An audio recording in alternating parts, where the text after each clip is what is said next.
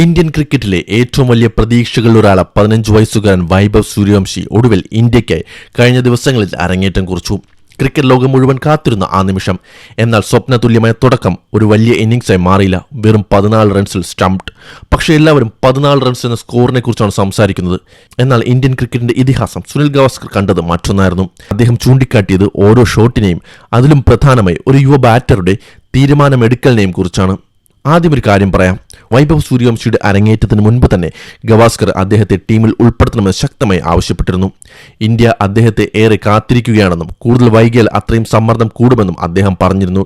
എന്നിട്ടും അവസരം ലഭിച്ചപ്പോൾ ആദ്യ മത്സരത്തിൽ തന്നെ വൈഭവ് തന്റെ സ്വഭാവം മാറ്റിയില്ല. ആദ്യ പന്ത് മുതൽ ആത്മവിശ്വാസത്തോടെ ബാറ്റ് വീശി. 2 ഗംഭീര സിക്സറുകൾ. സ്റ്റേഡിയം മുഴുവൻ ആവേശം. ഇന്ത്യക്ക് കിട്ടിയിരിക്കുന്നത് മറ്റൊരു സ്പെഷ്യൽ ടാലന്റ് ആണോ എന്ന ചർച്ചകൾ. പക്ഷേ ക്രിക്കറ്റ് ചിലപ്പോൾ ഒരു നിമിഷം കൊണ്ട് മാറാം. വിൽ ജാക്സിന്റെ ഒരു ഓഫ് സ്റ്റംപിന് പുറത്തേക്കുള്ള പന്ത്. വൈഭവ് ക്രീസിന് പുറത്തേക്കിറങ്ങി കട്ട് ഷോട്ട് കളിക്കാൻ ശ്രമിച്ചു. പന്ത് ബാറ്റിൽ തട്ടിയില്ല. വിക്കറ്റ് കീപ്പർ സ്റ്റംപിംഗ് പൂർത്തിയാക്കി. ഇന്നിംഗ്സ് അവസാനിച്ചു. സ്കോർ 14. പലരും പറഞ്ഞു ആക്രമിച്ച് കളിച്ചത് നല്ലതാണ്, കുട്ടിയാണ്, പ്രശ്നമില്ല, അടുത്ത മത്സരത്തിൽ തിരിച്ചുവരും. ഇതെല്ലാം ശരിയാണ്. പക്ഷേ ഗവാസ്കറിന്റെ നിരീക്ഷണം അതിലും ആഴത്തിലുള്ളതായിരുന്നു. അദ്ദേഹം പറഞ്ഞത് അത് വൈഭവിന്റെ സ്വാഭാവിക ഷോട്ടല്ല.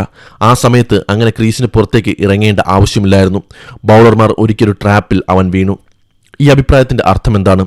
വലിയ ബാറ്റർമാർക്കും മികച്ച പ്രതിഭകൾക്കും പോലും ആദ്യ അന്താരാഷ്ട്ര മത്സരത്തിൽ ഏറ്റവും വലിയ പരീക്ഷണം ടെക്നിക്കല്ല, തീരുമാനമെടുക്കാനുള്ള കഴിവാണ്. ഏത് പന്തടിക്കണം, ഏത് പന്ത് വിട്ടുകളയണം, ഏത് സമയത്ത് റിസ്ക് എടുക്കണം, ഈ തീരുമാനങ്ങളാണ് അന്താരാഷ്ട്ര ക്രിക്കറ്റിനെ വേർതിരിക്കുന്നത്. IPL ഒരു ബൗളർ പിഴച്ചാൽ അതിന് വലിയ വില കൊടുക്കേണ്ടി വരും. പക്ഷേ അന്താരാഷ്ട്ര ക്രിക്കറ്റിൽ എതിർ ടീമുകൾ ഓരോ ബാറ്ററെയും പഠിച്ചെത്തും. ഒരു ചെറിയ പിഴവ് പോലും അവർ അവസരമാക്കും.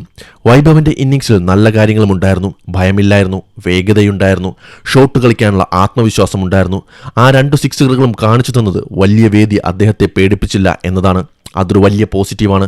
പക്ഷേ അതോടൊപ്പം ഗവാസ്കർ പറഞ്ഞ മറ്റൊരു കാര്യം ഓർക്കണം. ആക്രമണം നല്ലതാണ്, എന്നാൽ ആക്രമണത്തിനും കൃത്യമായ കണക്കുകൂട്ടൽ വേണം. സത്യത്തിൽ ഈ അനുഭവം വൈഭവിന് ഗുണം ചെയ്യാൻ സാധ്യത കൂടുതലാണ്.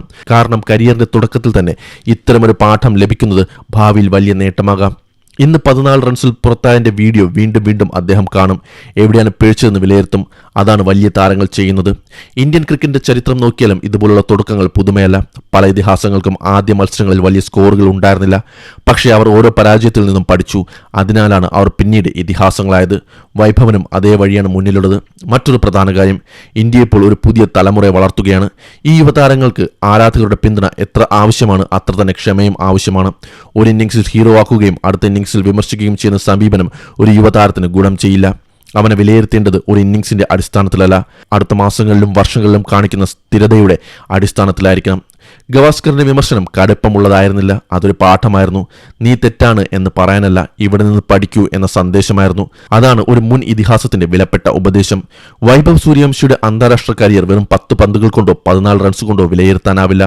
എന്നാൽ ആ 10 പന്തുകൾ അദ്ദേഹത്തെ കൂടുതൽ പക്വനായ ബാറ്ററാക്കി മാറ്റുന്ന തുടക്കമാകുമോ? ഗവാസ്കറുടെ ഉപദേശം കേട്ട് തന്റെ കളിയിൽ മാറ്റം വരുത്തുമോ?